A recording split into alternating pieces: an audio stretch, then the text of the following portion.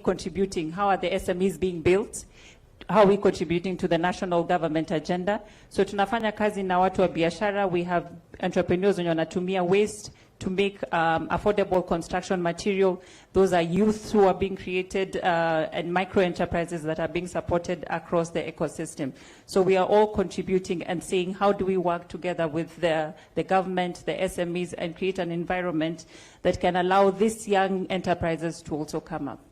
Asante sana. Labda tufanye closing remarks, tuanze na mdosi wetu Kadere hapo. Tukimalizia, ukiadd value, history ya affordable housing. Maneno mingi zimesemwa.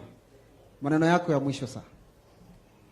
Maneno yangu ya mwisho, nafikiri ile kitu watu wanafaa kuambiwa ni ukweli. Tufike ule mtu ako mashinani. Watu waelezwe, wapate kuelewa hii maneno, hizi nyumba ni za ukweli. Na pia ningeomba watu wa media, sasa ile mnafanya documentary, wacha kuleta economist, wacha kuleta watu wadosi, mtu ambaye anaweza afford mortgage. Leta pia na wale watu wanaishi pale kwa slums, ndio watu waelewe maisha ya slums ni nini, na ile maneno president ameona ndio aanze kujenga hizi nyumba. La mwisho, Wakenya wale tumeongea nao, hawkers, sisi madrivers tuko na nyumba kadhaa pale Park Road tulipata. Wale tumeongea nao mahoka pole pole, tukua pale tu kwa terminus, wamekubali. Na ile nilikuwa nataka kusema ni kwamba wale watu wengi wanapinga hiyo housing levy. Yes. Ni wale watu ambao wamejenga nyumba zao na wamekuwa wakinyanyaza hawa watu ambao hawana hali, yani mahustlers, na wataki kukosa clients kwa sababu serikali ikijenga nyumba kila pahali, bei ya nyumba itashuka chini. Yes. Kwa hivyo ni wanabiashara tuangalie maneno na tunataka tufike pale mashinani. Hiyo tu ndio tutasema. Asante sana. Asante sana. Dosi, your final remarks. Kama mafundi wanawake tumepitia challenges mingi sana tukiwa site. Kwa sababu ukifika pale unadunishwa, unaonekana ni kama huwezi. At the end of the day unakosa kazi. Na wewe kama mwanamke unataka kujiendeleza, unataka kujiendeleza, hata kama ni affordable housing, wewe pia upate moja. Lakini kama umeenda pale na unanyanyaswa, upati nafasi ya kufanya kazi, hakuna vile utasave. Kwa hivyo kupitia hii mradi, mnaweza tusaidia kama mafundi, especially wanawake, tupatie nafasi, tupatie fursa, ili hata sisi at the end of it, yes, hata sisi pia tuweze kupata hizi manyumba. Yes. Hatuwezi jenga mahali na tutoke bure. Sisi, yes, tukiingia pale ndani, hata sisi pia tutoke, yes, kama sisi ni home owners. Yes. Na pia nimesikia umeleta bank, nimesikia iko hapa DTB. Au pia nimesikia wanafanya partnership na SMEs. Hata sisi ni wanabiashara. Kuna wale ambao wanafanya kazi ya hardwares, wako huko nje, wale ambao wanatamani sana wakue na ni mafundi. Kwa hivyo wakipatana na sisi pia inaweza kuwa kitu kubwa. It can be a very good thing for us as fundis, women fundis in construction. Yes. Bwana Chair, tuambie your final remarks. Okay, asante sana. Mimi ile naweza kuambia katika jua kali tuliona wenzetu wote wapikiwe na kitu inaitwa home ownership. Na tukaanzisha kikundi inaitwa Jua Kali Contractors Federation of Kenya. Na sasa tumeregister members 10,000 ambao kila mtu sasa tumeanza contribute kila siku tukingojea, because sisi tuchaonja na tunajua tamu wako kaa kwako bila kulipa rent. Asante sana. Asante sana Chair. Mpigeni chairman makofi tafadhali. Thank you. Bwana Muturi, your closing remarks. His Excellency wants to join us. Thank you so much.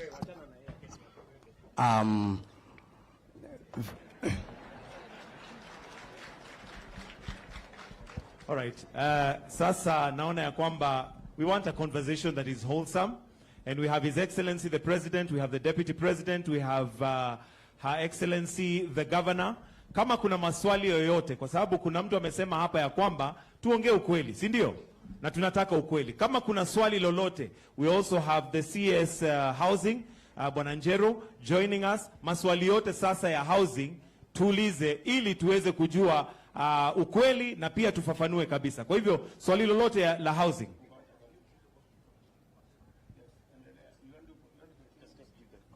Thank you very much. Asanteni sana watu wa Embu, hamjambo?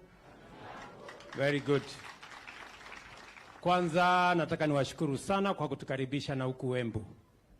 Asanteni sana kwa kutupokea siku ya leo. Tumekuja hapa kwa shughuli ya MSMEs na nimefurahi sana kuwatembelea.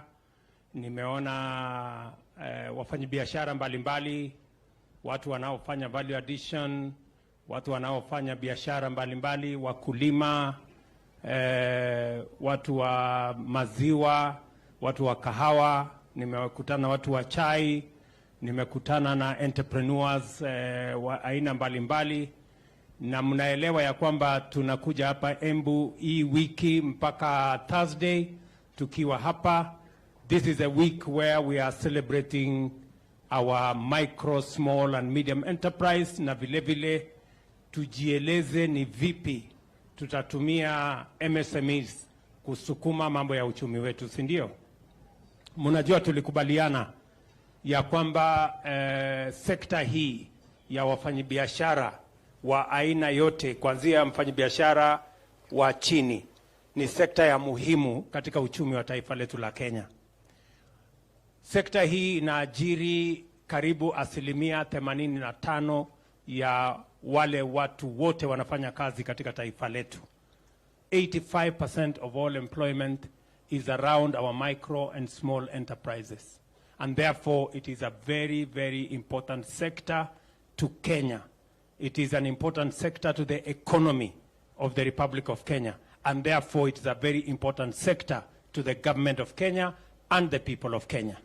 Na ndio sababu hiyo theme ya mwaka huu ya celebration yetu ni MSMEs. Na tunataka tuelewane vizuri ni vipi tutawajumuisha sekta hii, wale wote walio katika sekta hii, katika kupeleka taifa letu la Kenya mbele. Na ndio sababu hiyo wizara ambayo inahusika na idara zote ambazo ziko katika hiyo sekta, na pia county government yetu ya Embu pia wanaambatana na sisi katika harakati hii. Kwa sababu tuko hapa leo na ndugu zetu wamezungumza vizuri kuhusu jambo la housing. Kwanza ningependa kucontextualize, kwa sababu ni vizuri tuelewe ni sababu gani tunashughulika na yale mambo ambayo tunaamini ni ya muhimu. Tatizo kubwa, na mimi nilikuwa hapa Embu katika harakati ya campaign. Si muliniona ama? Muliniona area? Nilikuwa area hapa. So, na tuliongea na nyinyi na tukasema ile changamoto kubwa sana iko Kenya ni changamoto ya vijana na Wakenya ambao hawana ajira. Si tulikubaliana? Na ndio tukasema every hustle matters. Na ndio tukasema lazima serikali iwe na mpango, na sio mpango ya guesswork, mpango intentional, mpango ambayo ni makusudi, deliberate, ya kupanga vile ajira itapatikana katika taifa letu la Kenya, kwa sababu kufikia sasa katika taifa letu la Kenya tuko na vijana karibu 5 milioni ambao hawana ajira, na wanaongezeka kila mwaka. Vijana karibu 1,800 kila mwaka wanamaliza shule, wanatoka university, wanatoka college, wanatoka TVET, wanaingia katika labor market, lakini mpango wa ajira hatuna, mpango wa kamili hatuna, mpango makusudi hatuna, mpango deliberate. Na ndio sababu tunasema kama taifa la Kenya, na ndio tumeweka katika mpango yetu ya bottom up economic transformation agenda ya kwamba tutafanya mambo matatu ya kuzalisha ajira katika taifa letu la Kenya. Jambo la kwanza, tunaweka mpango maalum ya kuhakikisha ya kwamba sekta hii ya MSME wanapata nafasi na msaada ya serikali kupanga mambo yao ya ajira. Ya kwanza, tunasema ya kwamba katika sekta hii tunataka kupanga mahali hawa wafanyabiashara wadogo wadogo watafanya kazi yao, wataendesha biashara yao. Ndio katika budget yetu mkiona tumeweka pesa ya kukamilisha soko 181 katika pande mbalimbali ya taifa letu la Kenya. Mahali hawa wafanyabiashara watapata nafasi ya kupanga biashara yao. Hiyo masoko iko mpaka na hapa Embu. Mumeona vile vile katika gazeti yetu ya leo tumetangaza kandarasi ya kujenga ile tunaita County Aggregation and Industrial Parks. Mahali tutakusanya mazao ya wakulima. Mahali wale watu wafanyabiashara ambao nimewaona wengi hapa wataenda kufanya ile inaitwa value addition. Mahali tutaweka mazao yetu katika cold room ndio isiharibike. Leo tumetangaza kandarasi ya County Aggregation and Industrial Parks 14 Kenya, ikiwemo ya Embu County. Tumekubaliana na Karinda hapa ya kwamba county government ya Embu itatoa shilingi milioni 250. National government itatoa milioni 250. Tujenge County Aggregation and Industrial Park ya watu wa Embu. Pale katika ile County Aggregation Park ni tusaidie wakulima, kwa sababu wakulima wengi hawana taratibu ya kupeleka mazao yao ifike sokoni, wakutane na wale ambao wanataka kununua mazao yao. Wengi wanazama, wanapatikana huko na brokers, wanakuja wanahangaishwa na makatel. Unajua sasa wewe fanya namna hii, mali umefanya kilimo mwaka moja. Ule broker anakuja kwa dakika 10 ametengeneza pesa nyingi kuliko ule mkulima alingojea miezi 6. Ni kweli ama si kweli? So ili kumsaidia mkulima ndio tumesema we are going to have an aggregation center in every sub-county, and we are going to have an aggregation and industrial park in every constituency in Kenya. Tunaelewana? Huyu mtu yenu huyu anaitwa Gitonga, mtu ya kujituma. Huyu mkunji. Nimeketi chini na yeye na tumekubaliana ile soko ilikwama. Ilikuwa inaitwa nini mahali tulisimama pale siku ya kampeni? Kidhimo. Ile soko ya Kidhimo lazima tukuje tuimalize. Na ndio nimeweka pesa kwa budget ya mwaka huu tumalize soko ya Kidhimo. Na tumalize soko zingine 4 ya sub counties hapa Embu. Wakati tunapanga kujenga ile tunajenga na gavana wenu. Tunaelewana? Ndio tupatie nafasi wale MSMEs ambao wanataka kufanya biashara. Hizo masoko itakuwa ni mahali pazuri, itakuwa na room ama space ya kufanya biashara, itakuwa na space ya kuhakikisha kwamba tunaweza kufanya value addition, itakuwa na stima, itakuwa na maji, itakuwa na mahali ya kujisaidia na mahali ambapo biashara inaweza kuendelea na heshima. Tunaelewana jameni? Hiyo ndio hatua yetu ya kwanza, kwa sababu tunataka kutumia kilimo kupanga ajira ya vijana wetu. Jambo la pili, hapa nje na baadaye, by the way, baadaye si tuko na soko hapa Embu ile ilichomeka wakati moja. Mimi naenda kuanzisha soko mpya. Tunajenga soko mpya hapa ambayo itakuwa ni soko ya kisasa. And I'm going to start the construction today. Tunaelewana?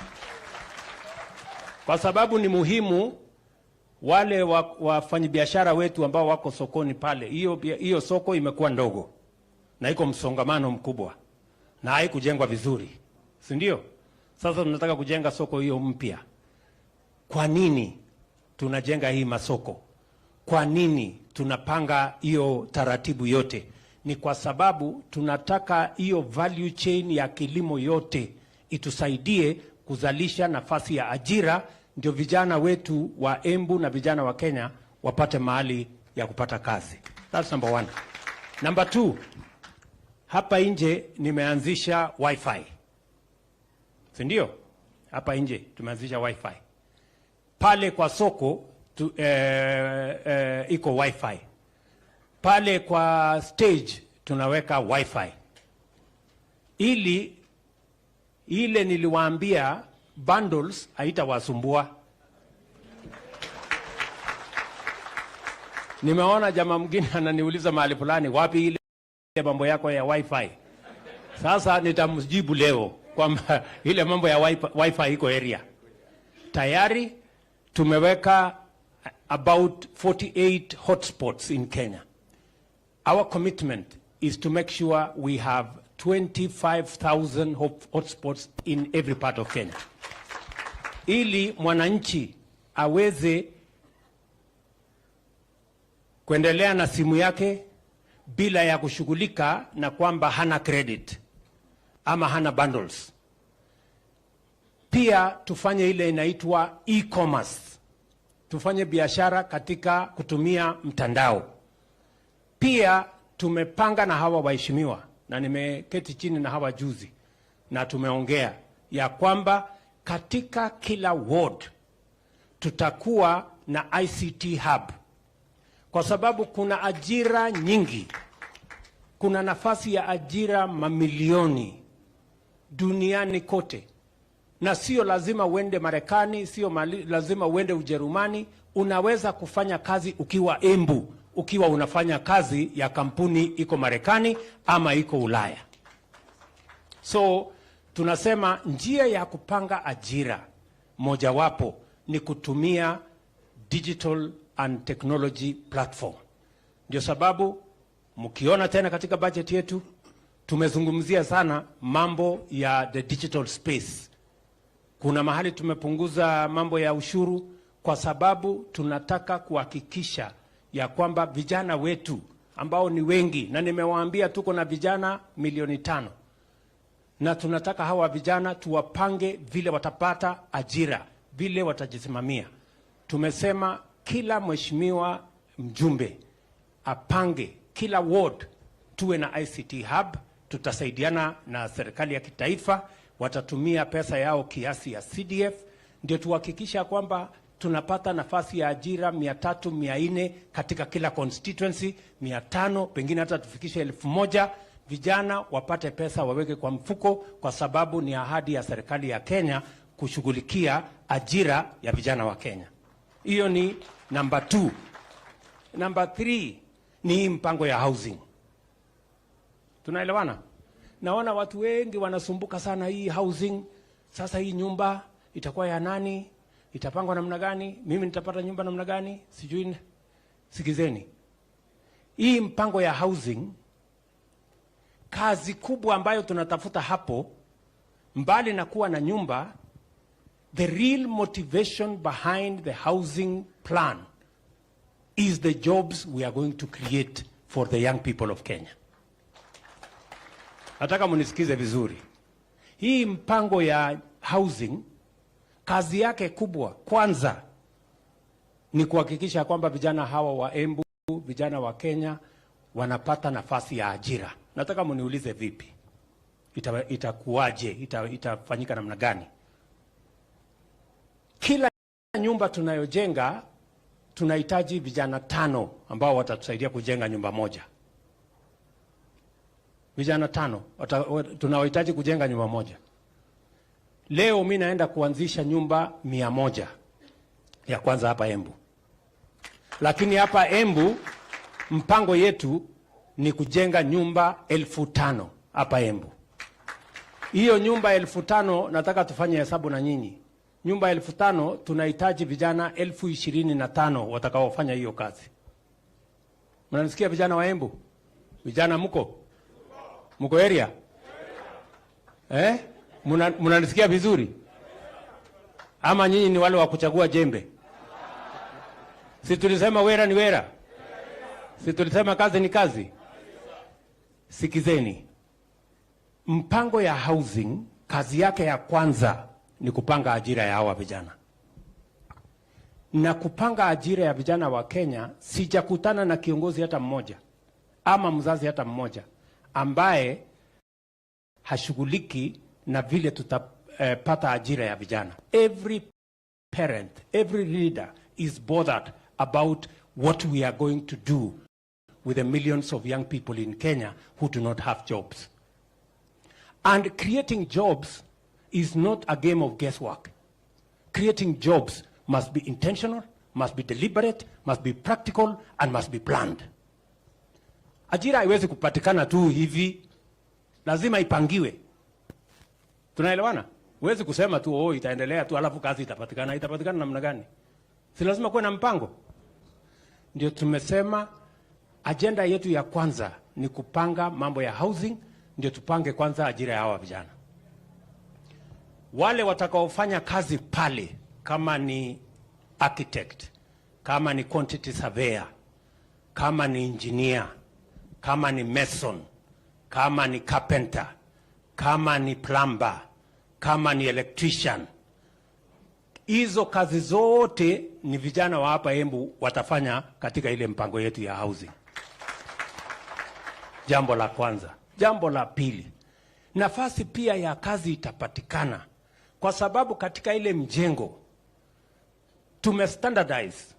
Tuko na watu watakao tutengenezea madirisha, tuko na watu watakao tutengenezea milango, tuko na watu ambao watatutengenezea hinges, tuko na watu ambao watatutengenezea all the other products. Kuna watu wanafanya kazi huko kwa kampuni ya simiti kwa sababu tunahitaji simiti nyingi. Tuko na watu wengi wanafanya kazi huko Kware. Watu wengi wanafanya kazi huko kwa transport, watakao safirisha hiyo bidhaa yote ikuje. So hiyo kazi yote ndio itahakikisha ya kwamba uchumi wa Kenya inaanza kuenda mahali ambapo sisi wote tunataka ifikie. Ninyi mnanielewa? So itapatikana ajira kwa mjengo, itapatikana ajira kwa factory ya kutengeneza simiti, itapatikana ajira kwa factory ya kutengeneza chuma ambayo tutatumia pale kwa nini, itapatikana ajira kwa Kware mahali tunatengenezea kokoto, itapatikana ajira kwa wale wanatuletea sand, itapatikana ajira kwa wale wanatuletea wanachonga mawe ambayo tunatumia kujenga katika ile mjengo. That is the reason why we are pushing the housing program. Watu wengi wananiuliza, mbona wewe rais unasukuma hii kitu sana? What is urgent? Ni nini ya dharura? Mimi nataka niwaulize vijana wetu wanaotembea barabarani kwa sababu hawana ajira. Is it urgent for us to look for a job for them or is it not? See, it is urgent. That is what is urgent. So wale wananiuliza hii housing mbona iko urgent sana kwako? Mimi nawaambia what is urgent to me ni millions of young people who are walking our streets and villages when they don't have jobs. That is urgent. And I want one leader. I want one parent who tells me it is not urgent for us to fix the unemployment problem in Kenya. Kunaye moja kweli ambaye atasema sio urgent? Sisi wote tunakubaliana ya kwamba tupange ajira ya hawa vijana. That is the reason why we are doing housing. Na jambo la tatu, why we are doing housing. Nimewaambia we are doing housing because we want to create jobs. We are doing housing because we want to move our industry. We want to enhance our manufacturing. Na ndio mumeona hata katika budget yetu hii tumesema wale wanaoleta simiti kutoka nje, wale wanaoleta chuma kutoka nje watalipa ushuru kwa sababu tunataka simiti itengenezwe hapa Kenya. Tuko na uwezo ya kutengeneza simiti. Katika hiyo mahali simiti inatengenezwa, vijana wetu wataajiriwa. Tunataka chuma, ile watu wanaleta chuma kutoka nje, tunataka tuwaambie chuma tuko na viwanda ambaye inatengeneza chuma hapa Kenya. Ile chuma inatoka nje tutalipisha ushuru. Kwa sababu tunataka chuma itengenezwe Kenya, vijana wa Kenya wapate ajira. Ama mnataka tuendelee kulete chuma kutoka nje na simiti? Sisi tutengeneza hapa nyumbani kama kuna mpango ya kutengeneza. Pia nimesema hata ile furniture, watu wanaenda China, wanaenda wapi kununua furniture. Na vijana wetu hapa wanahangaika na randa hapa, wanahangaika na kazi hapa. Tumesema kama wewe unataka kulete furniture, hii kitanda, imagine. Mtu anaenda kununua kitanda China. Mtu anaenda kununua meza. Mtu anaenda kununua kiti ya kukalia kutoka China. Tumesema katika hii budget tunaweka 30% excise duty kama unataka kulete meza na kitanda kutoka China. Kitanda tutaenda hapa Embu tutengenezewe, kuna vijana wanafanya kazi pale. Ama mnasemaje? How are we going to grow our manufacturing if we continue to import even the things the young people of Kenya can produce?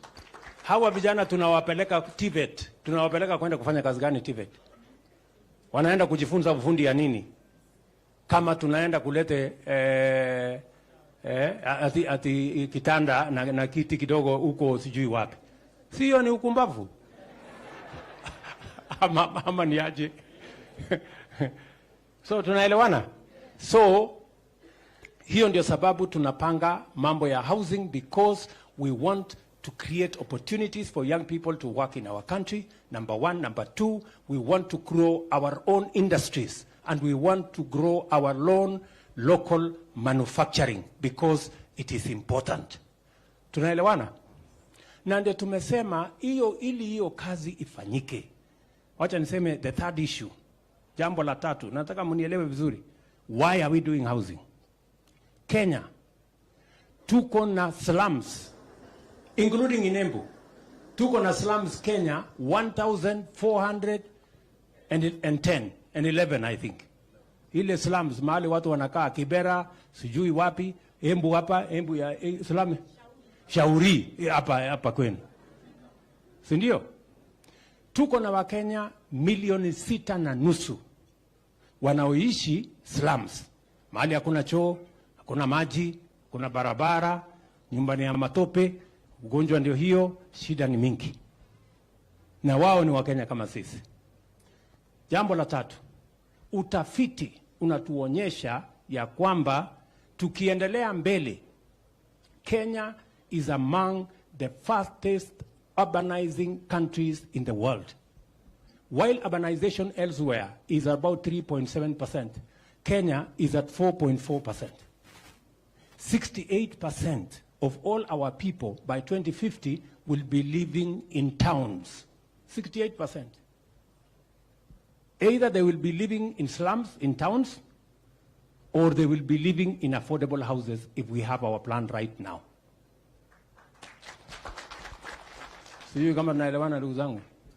So we need to ensure that we get rid of slums, people living in decent. Dignity of the people of Kenya is very important. Ya muhimu hata zaidi. Sisi tunalalamika sasa iko shida ya unga. Si ndio? Unga imepanda, chakula imepanda, gharama ya maisha imepanda, na ni kweli. Lakini tusipochunga, tukiendelea kukatakata ile shamba tungetumia kuzalisha chakula, iwe ni mahali ya kuishi. Na Kenya, it is obvious that there are many counties, I don't want to say which ones, that they are slowly degenerating into rural slums. Kwa sababu ya manyumba kujengwa, watu wanaongezeka, na tunazidi na kugawa ile shamba ambayo tungetumia kuzalisha chakula, sasa tunatumia kwa kuishi. So we need to reverse that. How do we do land consolidation? Tunataka tuhakikisha kwamba wale ambao badala ya kutumia ardhi zetu kuwa ya makao, tufanye affordable housing katika miji, katika towns, ili tutumie mashamba yetu kuzalisha chakula, ndio tupunguze gharama ya maisha, kwa sababu chakula itakuwa kingi. So for all those reasons, that's why we are doing affordable housing.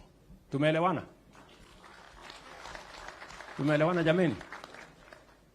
Nyinyi, sisi wote tunazidi na kusema unajua Singapore ilikuwa kiwango moja na Kenya.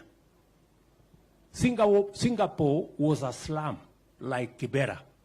Today, it is a modern city and a modern country because they made the right decisions. Sisi tunataka tu kukaa hivi hivi. Hapana, tunataka tuendelee kukaa kienyeji. Si tukue na mpango. Ama mnasemaje? Sasa tumesema sisi ambao wananchi hawa wengi mnatulipa mshahara. Rais analipwa na wananchi. Huyu mjumbe wenu analipwa na wananchi. Msiambiwa analipwa na serikali. Hakuna mtu anaitwa serikali. Serikali ndio sisi, ndio wananchi wa Kenya. Nyinyi mnanielewa? So sisi tunalipwa na wananchi. Mimi napata mortgage ya 3%. Huyu mkunji anapata mortgage ya 3% kununua nyumba. Lakini ule mwananchi ametupigia kura anapata mortgage ya 20%. 17%. Hapo iko ungwana.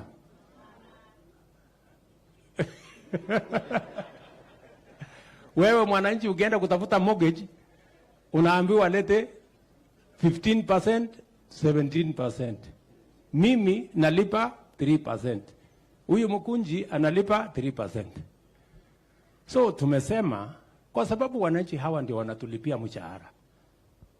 Na pia na wao tuwapangie ili hata na wao wapate mortgage hata kama haitafika 3%, wacha ifike 5%. Jameni. Iko makosa hapo? Iko makosa?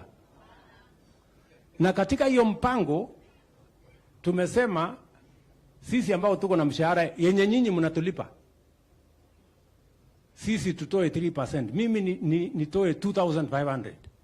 Sasa 2,500 wewe mgunji, tutakombana na hao wananchi mambo ya 2,500 ili mwananchi huyu apate mortgage hata na yeye mtoto wake apate kazi. Sasa mimi nasikia kuna watu wanakuja wanawaambia hapana, usikubali hii mambo ya mortgage. Wewe kwanza huna mshahara. Ule yako na mshahara anakuja kukuambia ati upinge. Sasa unajua hii dunia iko na utapeli mingi sana. Wewe unapinga umsaidie yeye asilipe, na wewe ukose nafasi ya mtoto wako kupata kazi. Nimeambia hawa ndugu zangu, jameni, tukubaliane. Sisi ambao tumebarikiwa tuko na mshahara, tunalipwa na ushuru ya hawa wananchi, tuwe na utu. Tukiambiwa make a small contribution, ili huyu mtoto wa huyu mwananchi ambaye anatulipa mshahara yetu kupitia kwa ushuru ile analipa, hata na yeye mtoto yake apate ajira kwa mambo ya affordable housing, na yeye apate nafasi ya kupata nyumba ile affordable, na yeye pia alipe badala ya mortgage 17% akuja hapo 5%. Tungangane hapo sisi wote. Iko makosa hapo? Nasikia watu wengi wananiambia, wewe bwana president, sasa hii kazi ya nyumba hii, nilikuwa naongea na walimu jana. Walimu ananiambia sasa mimi nini yangu ni 30,000. Sasa 3% ni shilingi 900. Hii 900 sasa hii ni pesa mingi sana. Sasa mimi namuuliza, wewe mwalimu ndugu yangu, wale ambao watafaidika na hii fund ni watoto wa Kenya. Pengine hata mtoto wako ni mmoja wao ambao watapata ajira. Si ni kweli? Kama hatapata ajira kwa mjengo, pengine yeye ni quantity surveyor, pengine yeye ni fundi, pengine yeye anafanya kwa factory ya simiti, pengine yeye anafanya kwa factory ya chuma, pengine yeye ni transporter, pengine yeye anauza kwa hardware. Kwa sababu hiyo watu wote watafaidika na hii mpango. Mnanielewa? Iko makosa tukichangia watoto wetu wa Kenya 1,000,000 wapate ajira kila mwaka? Iko makosa tumefanya? That is all we are saying. Ili huyu mjamaa, si mmesikia huyu mungwana? Huyu mungwana ni mtu wa jua kali. Huyu namjua. Saa hii ako na nyumba pale Park Road, mahali wadosi wanakaa, hata yeye ako hapo.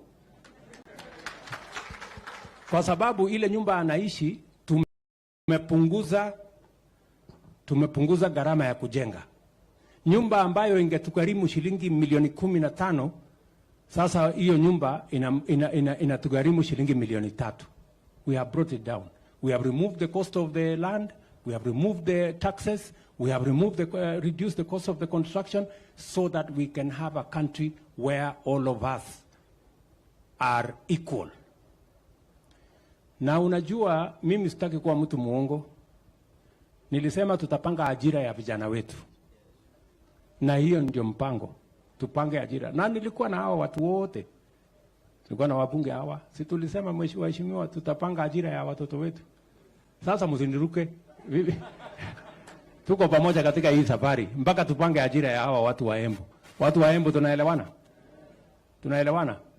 Ndio nasema tuwe na hii mpango ya housing, tuwe na mpango ya value addition agro processing, na hiyo ingine tuwe na mpango ya digital jobs, ili tuhakikisha kwamba tunapanga ajira ya vijana wa taifa letu la Kenya, because it is urgent for us to have a plan on how the millions of young people in Kenya have an opportunity to work for themselves, to work for their families, and to contribute their energy, their talent, and their expertise in driving the economy of our country. Sijui kama tumeelewana. Na niko tayari kujibu maswali. Yule mtu wako na maswali aniulize, because I am ready to answer. Karinda, si usemeko kitu. Thank you, Your Excellency. Your Excellency, I want to confirm, nataka kuambia watu wangu wa Embu, tayari I have received a letter kutoka kwa Managing Director wa National Housing Corporation. Ameniambia nimpatie majina ya vijana wetu mafundi, artisans, wote ndio waweze kuenda kazi pale tunaanza manyumba. Kwa hivyo what you're saying is true, mimi nimeona na macho yangu, and I want to promise you, sisi watu wa Embu, we support the housing project. Ama namna gani? Number 2, we support the project you are bringing here in Embu, kwa sababu bila hizo hatungekuwa tumefika mahali tumefika, na sisi tuko nyuma yako 100% to the projects that you are doing. I want to appreciate that, Your Excellency. Rigiji, semeko kitu. Hata hapa inahitajika ukweli. Yes, sir. Ukweli ni kwamba Your Excellency, hao watu ya Embu, shares yao kwa serikali yetu ni kubwa sana. Na kama kuna county inatakiwa ifaidike haraka iwezekanavyo kwa uongozi wako, ni county ya Embu. Na kwa hivyo rais, tukiwa hapa kwa mambo ya ujenzi ya manyumba, we are in the right place. Hao mafundi wa Embu waende kazi, wapate kitu, wapange mambo yao. Na rais wetu, usijali hii makelele. Hawa watu wanapiga makelele, hata ukifanya nini hawezi ona. Kwa hivyo tungeuliza kama hataki kuona, wafunge macho, kazi iendelee. Na kwa sababu hawezi funga macho forever, wakifungua watakuta kazi imefanyika. Rais wetu, the truth of the matter ni ya kwamba affordable housing ni ya kumaliza mambo ya slums. We are inviting our detractors, if they find affordable housing cannot solve the issue of the slums, to give us their plan. Watuambie hii slums tutamaliza na njia gani. Your Excellency, affordable housing, as you have rightly put it, is to create employment for millions of our young people. These detractors, what is their plan for getting our young people employment? They don't just criticize without giving an alternative. Na pia rais hawa pia walikuwa na nafasi yao. Na hii employment tumekuta imeharibika, hakuna chochote walifanya. This housing program, Your Excellency, was part of our Jubilee agenda. Wakakuja wakasabaratisha. They now would like to sabotage it because ikifanyika wakati wewe uko uongozini, itaonekana ya kwamba ndio waliharibu. Kwa hivyo sisi tunauliza wananchi, rais ako na matumaini mazuri, and he means well for our people, especially the young population, for creating employment. We ask the people of Embu and our leadership to support the housing program for the benefit not only for the people of Embu but the rest of the country. Asante. Aya, nikitembea pale Munga Karemba Rukorire Factory. Nimeongea na muungwana wa Rukorire Factory. Nimemuuliza kwa sababu nimesema tunataka kutumia kilimo kuongeza pesa kwa mfuko ya mwananchi na pia kupanga ajira ya vijana wetu. Katika budget yetu ya mwaka huu, ile ushuru ambayo tulikuwa tunalipisha chai, tumesema kama serikali ya Kenya hiyo ushuru tunaondoa katika hii budget. Jambo la pili, ile packaging nimeona mnatumia hapa, hiyo packaging ni quality ya juu, kwa sababu tunataka kutumia kuhakikisha kwamba bidhaa zetu inakaa vizuri na hata tunaweza kutumia kuuza katika soko za nje.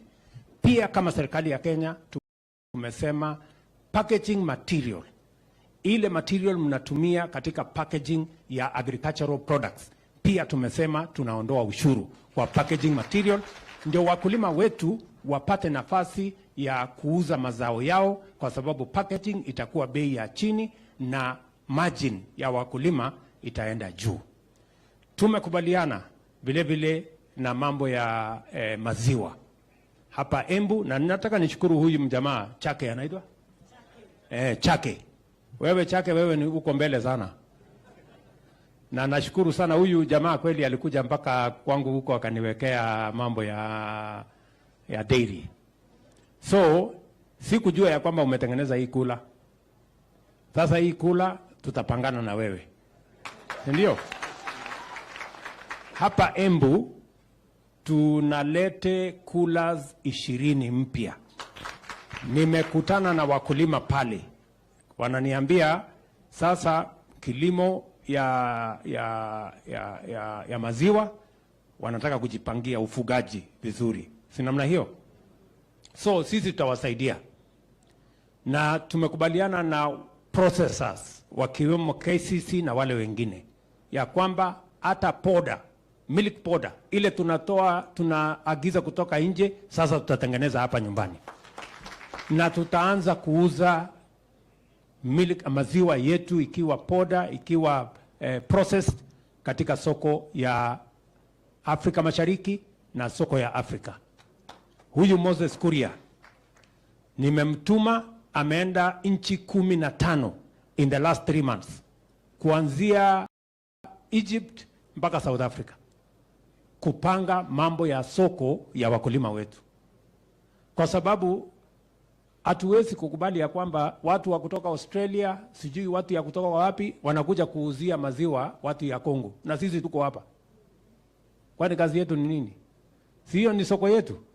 Tutajipanga namna hiyo, na nyinyi mkae rada, wakulima mjipange hapo, na tumekubaliana hiyo mpango, tunaendelea pamoja. Kuna mama pale ako na swali, mpatie nini aniulize maswali.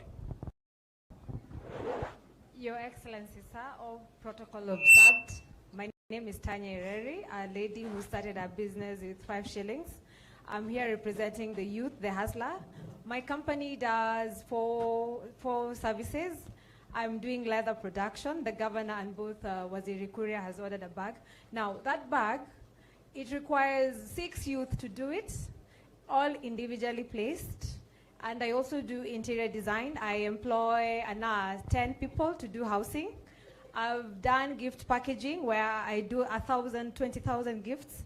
I employ 20 youths who are Form 4 leavers, dropouts. Now, we have a challenge, and I'm challenging you, Mr. President, sir.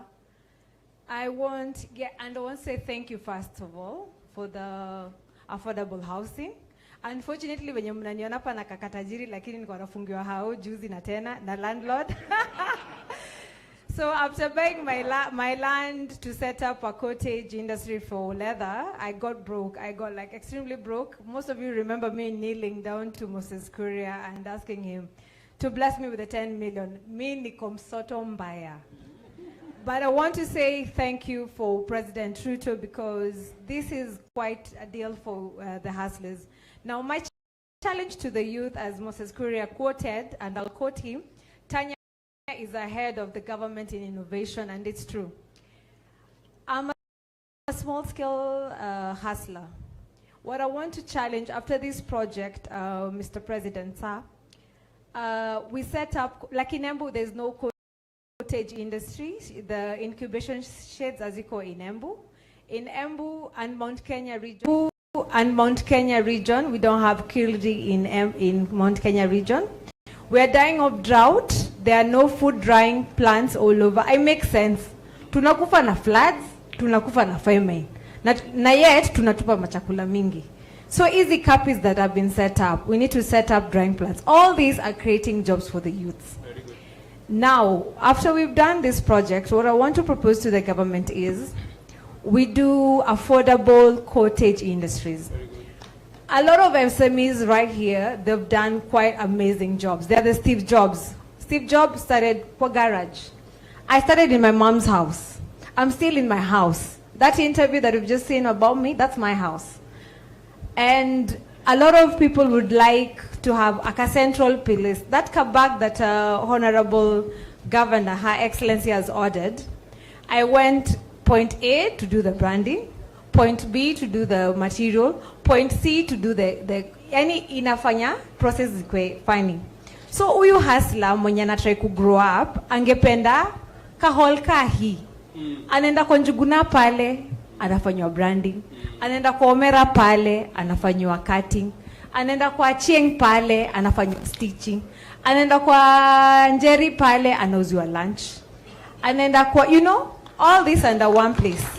That's why I transitioned from Nairobi into Embu to set up something like this. I bought a land. I started with half an acre. I've just acquired 1.3. I'm yet to do the valuation. Mungu anipe kazi. When you visit my stand, I've just done a very amazing gift hamper for King Charles when he visits Kenya. That's a bag for him from Kenya, a bag for Camilla from Kenya, and all that is for youths I'm trying to create jobs for. Thank you. So, and before I finish, Mr. President, allow me, and Madam, my governor, to allow me. This is my portfolio. I'm asking for employment in your government, sir. Allow me to give it to you. Okay, we'll pick your portfolio. That's okay. But I just want that great lady. I didn't get your name though. Tanya Ireri. Yeah, Tanya Ireri. Tanya Ireri is a great lady. Congratulations for what you're doing. I want a microphone to be given to this man called Moses Kuria. Tanya has said something that is fundamental. She's struggling to buy land. She's struggling to develop it. It is all in bits and pieces. She wants a place where she doesn't have to buy the land. She doesn't have to travel from this place to that place to consolidate her product.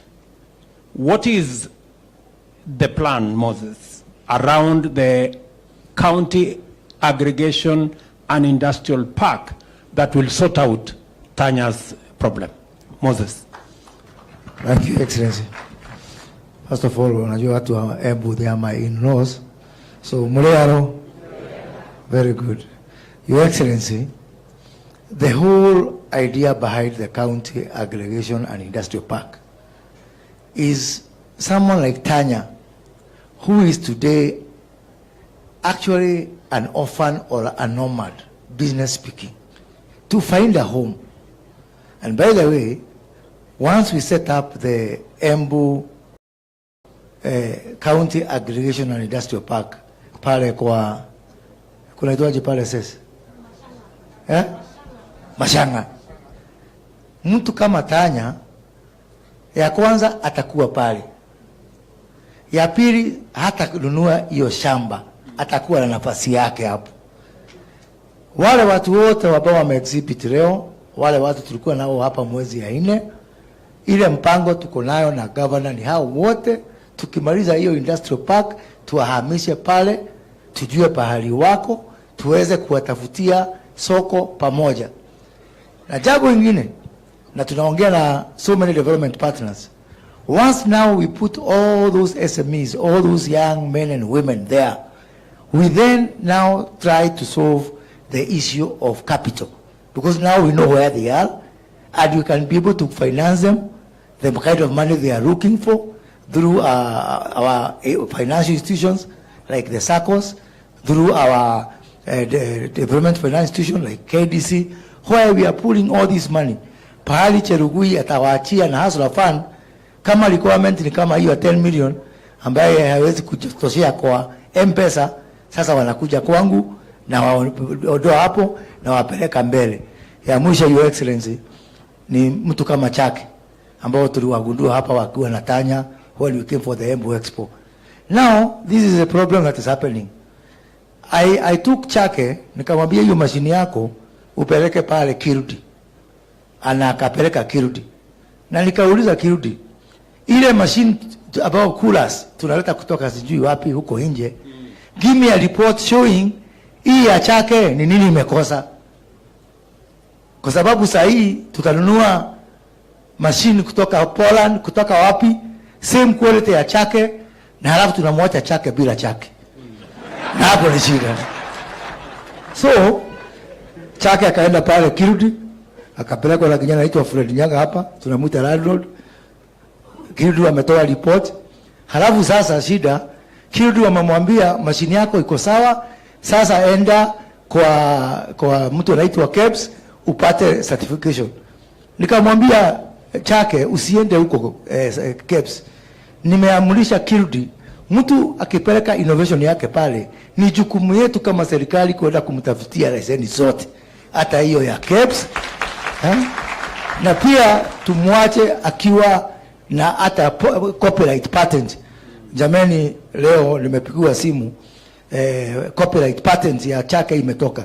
Ukijaribu kufanya hiyo copy utajipata kwa jela, because nobody else now except Chake can make a machine like that, because his intellectual property.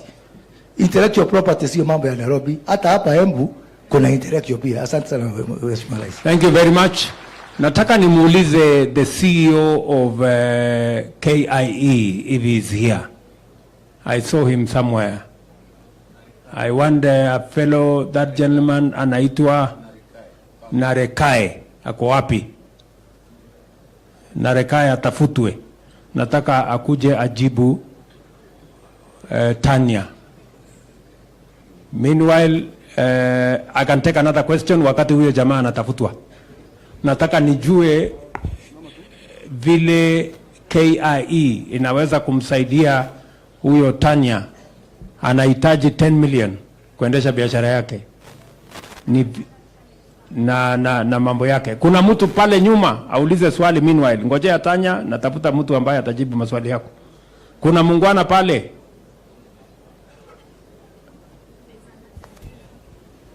Wapi huyo mtu? Huyo mwenye ako na kilo mingi huyo. Very good. Haya, patia yeye microphone naseme kitu. Just there. Patia yeye tu microphone hapo. Thank you, Your Excellency. My name is Elijah Chalo. And I come from Makueni. Thank you first for this opportunity. And my point is, I've been in school in 2017 and didn't find a job. So I decided, let me have some place where I can get some small shop, because I used to broker laptops when I was in campus. And I have a friend who supplies. Now, when I went and found the shop, I asked my friend, what do I need, who sells, to be in this shop? And he gave me the requirements and I said, let me register. So now, my problem is, anytime you want, there's a disease that comes into every city. As Embu becomes a city, you see some funny money needs from people you don't know. Registrar of companies, you go to another, ukikakaa kidogo unaambiwa nataka certificate ya fire, ukikakaa kidogo unaambiwa nataka certificate ya branding, unakakaa kidogo unaona mtu mwingine anakuambia nipatie pesa ya shimo, unakakaa kidogo. So by the time you begin something, you are finished. And maybe the money I have is only 15,000 to buy for a small, it's actually a store, not even a shop. Then I broke up, my friend gives me laptops. When I sell, I do. So I was thinking it becomes somehow straining. Is there a way you can find to help us, the young people, to just have a unified certificate where we pay for all those things once. Thank you. Very good. That is a very important subject by my good friend from Makueni. I think it's not just in Makueni, it is in every part of Kenya. Now, I know the county government of Embu knows what they need to do to try and get a single business permit that encompasses all those things in one shot. Can the county, Madam Governor, I am told the CEC trade should be able to answer that question. Jamal.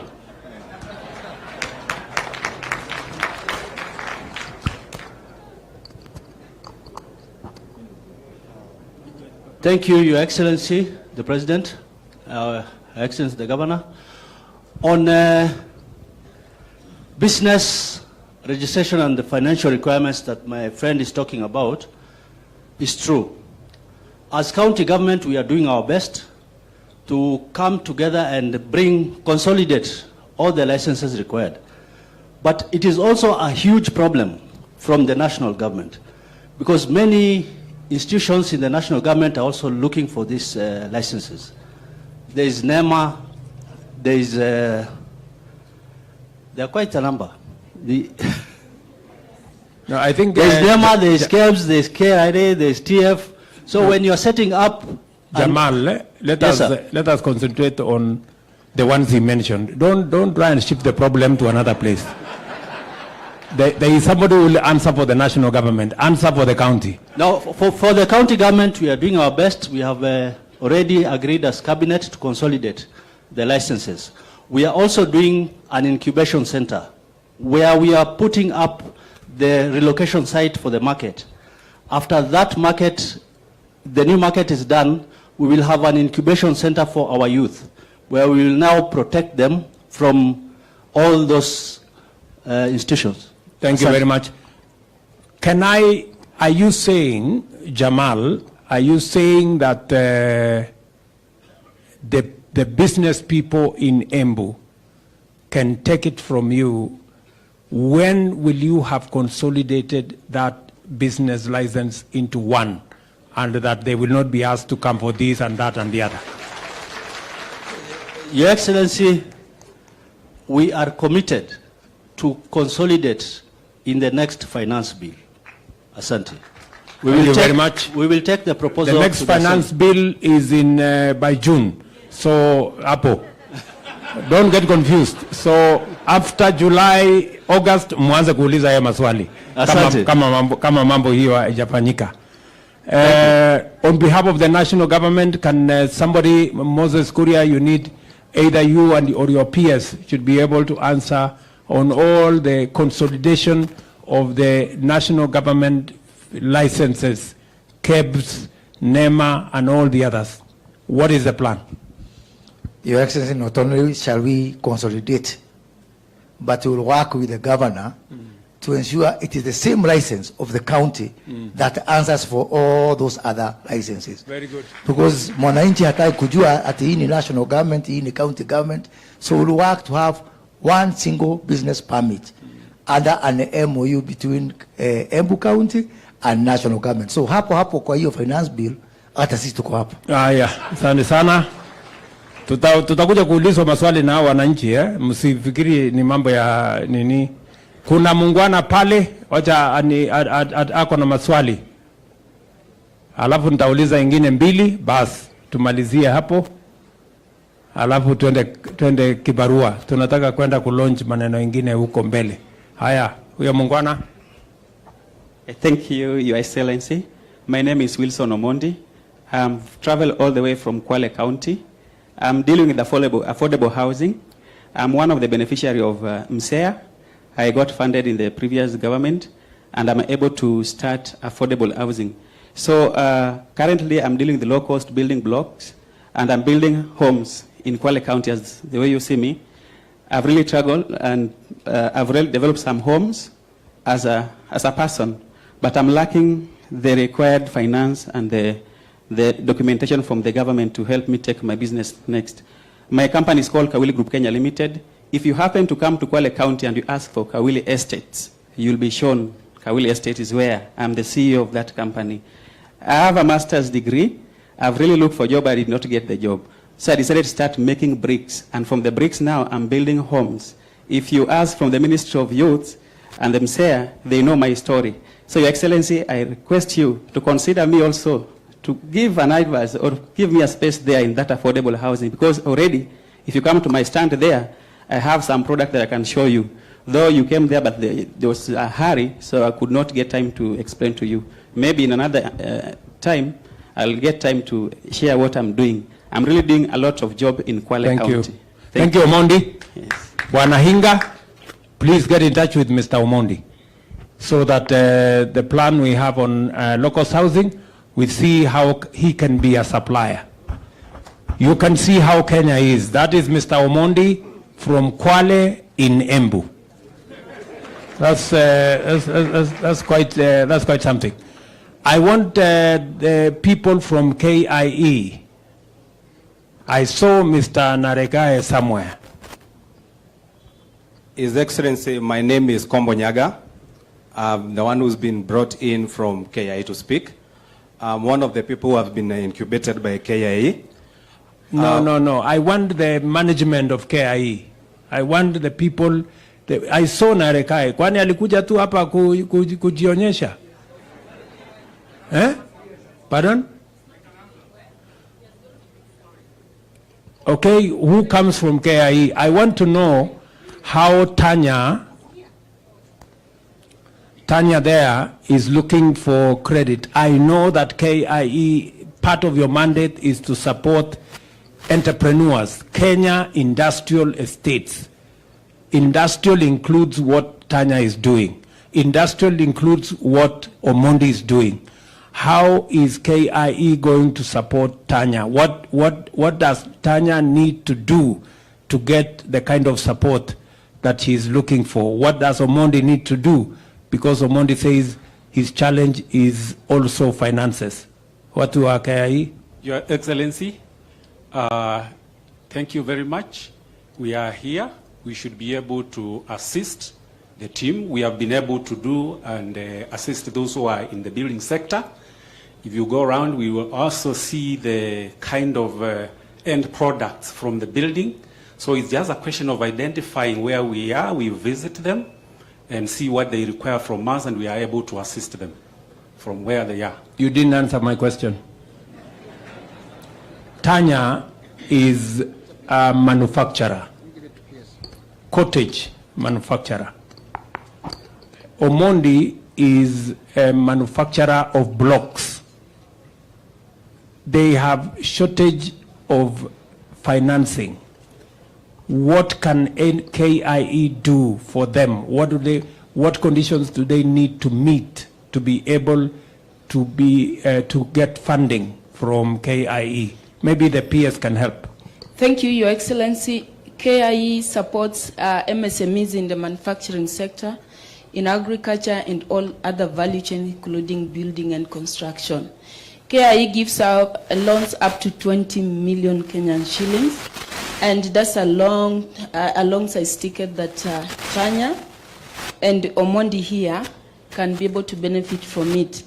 I think we are engineering, KIE and my CS, we are working on that to ensure that Tanya and Omondi do not have to pay any sort of collateral. And then the interest rate are able to be supported at a single digit, the way you have always advised.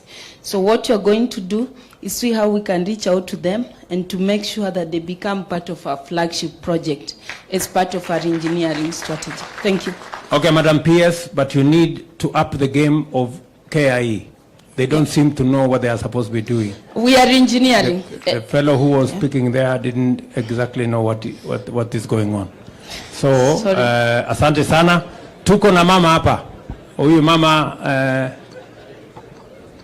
ako na macho ine. Asante sana mtukufu rais, mtukufu gavana au protocols observed. Kwa majina ni Frida Karani, hapa Embu wananiita Firirida. Naomba nizungumze kupitia kuwa mwenyekiti wa bodi ya wadhamini ya wanarika hapa Embu. Na ile jambo tunafanya sana na wanarika ni kuwa na midahalo ya jamii almaarufu community dialogues.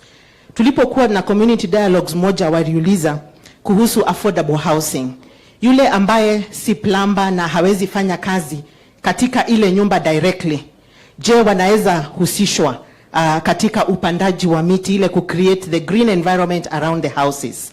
Pia wakauliza the issue ya waste management. Nyumba zinapojengwa kuna a lot of broken tiles, a lot of choppings za miti, za mawe, na wengine wao wana talanta hata za interior design. Na wakaomba ya kwamba serikali ifanye mpango maalum. Waseme ya kwamba kama ni mambo na waste management kutoka kwa ile nyumba, wapewe ile nafasi. Na pia wakauliza, na katika kuuliza pia wakafanya suggestion ambayo waliomba serikali iconsider. Je, kuna mpango wa kuhusisha vikundi vya wanarika katika house ownership? Manake wengine wanataka kujikuza like a youth organization. Nipeane mfano mzuri sana wa moja ambayo am chair of their body inaitwa EXO, Embu County Campus Students Organization. Wanaweza husishwa waone nyumba kama hiyo organization. Na je, zile housing, ile project ikipatiwa the main contractor, can they be engaged kama subcontractors, ndio hata wao waweze kusharpen their skills in contracting na mambo kama hayo? Asante. Bwana Hinga, I am sure you are competent to answer Frida's, you said your name was? Karani, Madam Karani. She has raised very pertinent issues. Maybe I can just tell Frida that, number one, if you are not the contractor, you may not be the engineer, you may not be the plumber, you may not be the carpenter, you may not be the mason, but you can also sell cement from the hardware. Unaweza kuuza msumari, unaweza kuuza wheelbarrow kutoka hapo ya hiyo mjengo. Pia unaweza kufanya hiyo umesema, unaweza kufanya interior design, unaweza kuwa subcontractor, lakini wacha huyu Hinga ajibu. Thank you very much, Your Excellency. This is a very pertinent issue which is at the heart of the affordable housing program. We have a group of young people who are doing exactly what you're saying. In Nairobi, they are called Jijenge.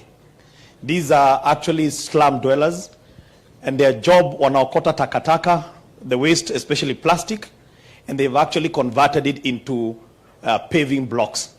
Na tumewapatia kandarasi. Tunawaita kandarasi mtaani. Kwa hivyo hata hapa Embu, wewe anzisha kandarasi mtaani, tutakupatia hiyo kazi. So that is the first thing that we want to do. The second thing, you see this gentleman here ambaye ni driver wa matatu, anaitwa Kigathi. Kigathi is another good example of what you are asking for. Kigathi wako na watu about 90,000 members. Watu madereva, makanga, watu ya kuosha gari. They have come together and they have formed an organization called Matatu Stage Workers Association. They are saving 300 shillings a day. That's what they want to save. That is almost 800 million a month. What they have is what is called strength in numbers. They have consolidated 300 shillings a day is a small amount. But when you look at the aggregation, these people have a very strong voice. And what they have done, they have become what is called bulk buyers. So kama sasa the next development pale Rongai, ambao si Rongai, pale Roiro, wamekuja kwetu sisi, wakasema as Matatu Stage Workers, we want to be guaranteed X number of units. Now because it is not rhetoric, they have wanasema, I have shown you the money, I have the money. Hata kama sio 800,000 utapata, 90,000 utapata, they can be able to get because they have got there. They can command because they have aggregated. And that is not a new phenomenon in Kenya. So please, establish those groups. Remember, you are more than the people who have a payslip. You are almost 18 million. Jiwekeni kwenye vikundi, mwanze kuchanga pole pole, and like Kigathi who used to, alikuwa naishi kule Zimmerman. Saizi he's a homeowner, kona nyumba ya 3 bedroom pale. Even you will get a house. Thank you very much. And maybe to mention is that you don't have to have a pay slip to benefit from low-cost housing. You don't have to work. You just have to contribute. Hata kama wewe ni mtu ya kuendesha hustle yako, anza kucontribute, na we are launching the Boma Yangu program in the next week or two. Tuhakikisha kwamba hata yule mtu ambaye hana ajira lakini unaweza kusave kwa hustle yako kila siku 200, 300, 200, 300, mwisho wewe utapata kuown nyumba. You don't have to have a payslip. And we are going to explain to you how that is going to be a reality. Najua tuko na maswali mingi, si ndio? Lakini kwa leo, na niliona ni vizuri, wewe Mugunji unataka kusema kitu? Haya, wacha huyu Mugunji mchumbe wetu aseme kitu.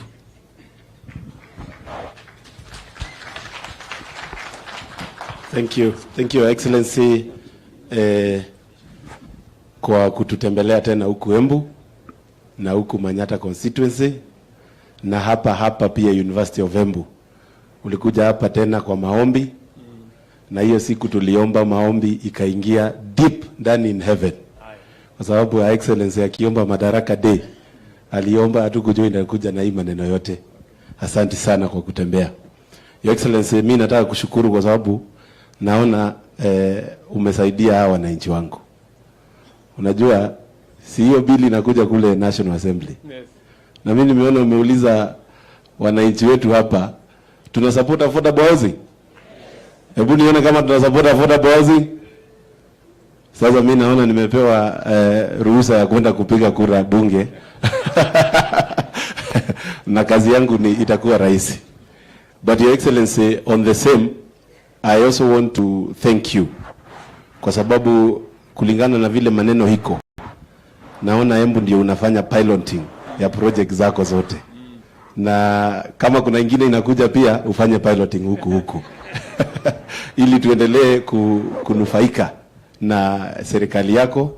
And as His Excellency the Deputy President says, hii share ya Embu hapa sisi hatukucheka tukikupigia kura. Hatuko tunacheka. Sasa wewe usicheke na sisi. Kwa sababu maendeleo tunataka mingi kulingana na vile kura tulipiga nyingi. Na His Excellency is always very clear that sisi tulishinda Uasin Gishu na percentage ya kura ile tuliweka hapa. Ni ukweli? Kwa hivyo we continue piloting for those projects. Now we are waiting for the sports complex at Njukiri. Hiyo tumeongea na wewe na umeniambia maneno iko horizon. Na pia Your Excellency, mimi nataka kukuambia sasa vile nimefanya hesabu yangu. Tulikuwa tunajenga hii stadium hapa. Na nilikuwa very keen kujua exact number of people wale wana benefit locally na jobs zile zinakreatiwa na hiyo construction. Na in my own analysis, hapo karibu watu 250 wame benefit na hiyo construction of that stadium. So, as you're putting it right, we have to be ruthless tukitafutia vijana wetu kazi. Na hii affordable housing unakuja kulaunch pale. Pia yenyewe nikifanya hesabu karibu 1000 people directly wataweza kubenefit na hiyo construction. Hao ni vijana wetu huku wale wana jobs. Si ni kweli watu wetu? Is it true? So, we need to make Kenya a construction site. Ama ni aje? We need to make Kenya a construction site, na hiyo ndio kitu itafanya sisi wenyewe tuweze kupata nafasi ya wale watu hawana nini. Na Your Excellency, mimi nataka kukuongeza tu kitu moja. Hii Hustler Fund, kwa sababu imefika mahali sasa najua umeitest, umeona vile inakuja. Sasa me and Our Excellency hapa, and we have had this conversation many times. We are organizing everybody into cooperatives. Hata kule sokoni unaenda, tunawapangia cooperative huko. Kule unaenda huko Jua Kali, we are planning a cooperative. Hawa wakulima hawa, Your Excellency, mimi nimekaa chini hapa Manyata na nimepanga karibu 3000 farmers wa macadamia, wa avocado, na wa kitu inaitwa bananas, na wote tunataka kuwaunda pia pamoja na Excellency Cooperative. Tunahitaji nafasi ya kuhakikisha watu hawatatengeneza cooperative waanze kupigana huko. Tunataka pesa. Kwa hivyo laini yako ya maneno, na ndio maana tunasema kwa sababu ushuru nayo lazima ilipwe. Hatuwezi kutuma kazi tukose kukupea tools za kazi. Tukikupea hiyo pesa irudi huku kwa cooperatives, tuweze kuhakikisha hawa watu wameweza kufanya kazi zao. Ya mwisho, Your Excellency,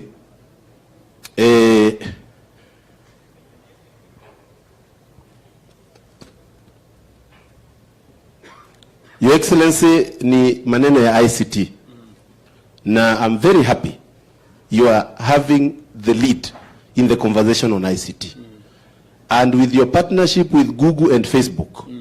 Hapa vijana wengi sana, na this project is not new.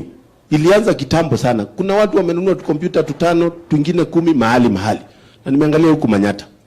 So I want to promise you, hata hiyo piloting ya hiyo ICT inaanza hapa. Mimi within the next 1 week nitakuwa nimepeana list yangu ya ward levels za ICT hubs. Ili vijana waweze kuingia huko na waweze kufanya kazi. Na hiyo nasema hivyo, bado jitume program ya pale Manyata Technical TVET. Ishafika, leo nimeconfirm computer 100 zimefika hapo. Ni vile hauna uko na mbio, ungeweza kwenda pale ukilaunch. Lakini tutapanga vile utakuja tena. Ya mwisho, Your Excellency, ni kuhakikisha ya kwamba hawa watu, na ni vizuri tuongee ukweli. Mimi naona watu wa Embu sisi tumebarikiwa. Mnaona aje watu wa Embu? Mmebarikiwa. Na mimi singetaka kusikia watu wa Embu wakiambiwa wana shukrani. Si ni kweli? Sasa mimi nawaomba, vile serikali inatuhudumia, sisi tukue hiyo information mmepata hapa, ni nyinyi mtaenda kusambaza huko mkionyesha vile maneno inaendelea katika serikali. Otherwise, Your Excellency, asante sana. Aya. Niko na marafiki wengi sana wabunge hapa, utaweza kuwatambua. Asitoke tu waende zao. Asante sana. Thank you. Tunaweza keti chini, wadosi wako hapa mbele. Okay. So huyu muungwana Mkunji amesema kuhusu mambo ya cooperative. Na kwa sababu tulikubaliana ya kwamba mambo ni bottom kwenda up, ama tulikubaliana aje? Wale mahasla wako pale chini, ndio nilipanga for the first time tuko na wizara ambaye inashughulika. Nasikia kuna mtu ameangusha kamia hapa. Sasa sijui ni anani.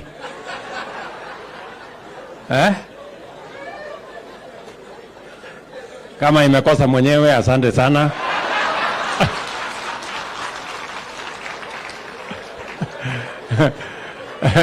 Nitanunua mahindi choma barabarani kielekea. So, Bwana Mkunji, tulikubaliana ya kwamba kwa sababu mambo ni bottom up, ndio tukawa na wizara ya MSME na cooperative, a whole ministry dedicated to mambo ya wafanyabiashara wadogo na pia kwa mambo ya cooperative. Nimekusikia vizuri, umesema hizi cooperative wanahitaji pesa, na ni kweli. Lakini kabla ya pesa wanahitaji training. Mtu asipatiwe pesa akakuja akazama nayo. Lazima kwanza tufanye capacity building ya cooperators pamoja na management pamoja na members, ndio waelewe umuhimu ya kuja pamoja na waelewe vile ya kuendesha mambo yao mbele. And that is the responsibility of the ministry. Waziri yuko hapa, PS wake yuko hapa, na wale PS wawili, na wote kazi yao, they know their responsibility. Sindio waziri na Madam PS na PS mwenzako? So hiyo kazi tutashirikiana na nyinyi. Kwa hivyo watu wa Embu, nimefurahi sana kufika hapa na washukuru sana. Mjue tunawapenda sana. Hapa tuko na waheshimiwa wabunge. wacha niwasimamishe wabunge wetu. Tuko hapa na Mporo Aburi kutoka hapa Meru, mpigeni makofi. Tuko na huyu anaitwa Nyakundi kutoka Kisii, mpigeni makofi. Tuko hapa na Morioki kutoka hapa Mbere South, mpigeni makofi. Tuko na Roko ni kutoka Mbere North, mpigeni makofi. Hako na barua yake, atasema iko mahali kidogo hapo. Haya, tuko na huyu mungwana kutoka Imenti Igembe North, anaitwa Julius Mwalimu. Tuko na Karemba bwana Mushangi kutoka hapa Runyenjes. Tuko na mama yetu Double N, mpigeni makofi, mama county wa hapa Embu. Tuko na Mundiki senator wetu wa Embu. Asante sana senator. Tuko na huyo mungwana anaitwa Ngeno kutoka Narok, yeye ndio chairman wa kamati ya bunge ya mambo ya housing. Tuko na secretary general wa chama ya UDA anaitwa Cleophas Malala, pigeni makofi. Tuko na mawaziri wetu, tuko na waziri Moses Kuria, mpigeni makofi, amezungumza. Tuko na waziri wetu wa ICT anaitwa Eliud Owalo, huyo ndiye atazungushana na mambo ya ICT hub na hotspot na hiyo ingine. Tuko na ndugu yetu wa kutoka hapa nyumbani anaitwa Anthony Njeru. Tuliambiwa anaitwa Anthony Njeru. Huyo Justin Muturi ambaye ni Attorney General wetu, si ndio? Haya, tuko na Zakaria Njeru.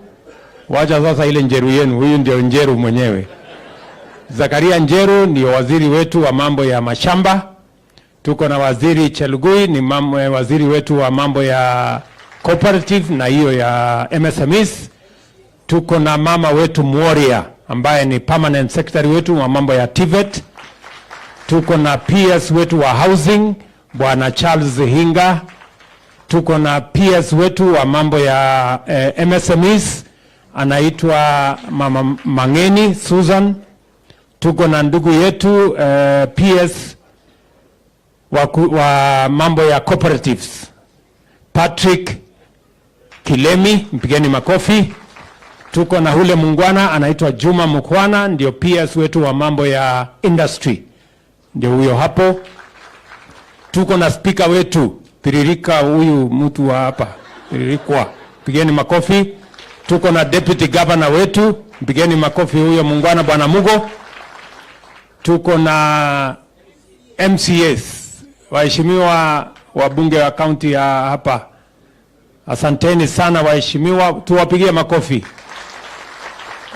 Majina yao kidogo inanichanganya. Tuko na Kobole hapo, tuko na nani hapo, watu haya, asanteni sana. Na sasa tuko na wananchi wa hapa Embu, asanteni sana kwa kutukaribisha jameni, mjue tunawapenda sana. Mwadhani ya mradi. Tuko na Miss Tourism ya dunia mzima, huyo mrembo, pigeni makofi. Basi asanteni sana, Mungu awabariki sana na tunawapenda. Thank you very much.